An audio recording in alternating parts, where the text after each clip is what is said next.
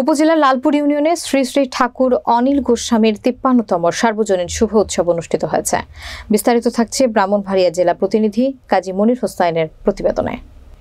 হাজার হাজার সনাতন ধর্মীদের উপস্থিতিতে মঙ্গলবার রাতে জমকালো আয়োজনের মধ্য দিয়ে লালপুর ইউনিয়নের পশ্চিম পাড়ায় অনুষ্ঠানটি অনুষ্ঠিত হয়। অনুষ্ঠানে বাবু অনিল চন্দ্র দাসের সভাপতিত্বে প্রধান অতিথি হিসেবে উপস্থিত ছিলেন বাংলাদেশ হিন্দু বৌদ্ধ খ্রিস্টান কল্যাণ ফ্রন্ট মহাসচিব এস.এন. তরুণ দে। আর উপস্থিত ছিলেন আশুগঞ্জ প্রেস ক্লাবের সভাপতি মোহাম্মদ সেলিম পারভেজ, সাবেক সভাপতি মোহাম্মদ মোজাম্মেল হক, আশুগঞ্জ উপজেলা বিএনপির যুগ্ম সাধারণ সম্পাদক আলহাজ মোহাম্মদ শামীম চৌধুরী, আশুগঞ্জ উপজেলা বিএনপির যুগ্ম সাধারণ সম্পাদক হাজী মোহাম্মদ জামাল মিয়া, লালপুর ইউনিয়নের ভারপ্রাপ্ত চেয়ারম্যান জনাব কামাল উদ্দিন, লালপুর ইউনিয়ন বিএনপির সভাপতি হাফিজুর রহমান বাবুল, লালপুর ইউনিয়ন বিএনপির সহসভাপতি তৌফিকুল ইসলাম মাস্টার, লালপুর ইউনিয়ন বিএনপির সহসভাপতি মোহাম্মদ জহির মিয়া, বীরগাঁও ইউনিয়ন বিএনপির সাবেক সাধারণ সম্পাদক মোহাম্মদ ফালু মিয়া সহ অনেকে।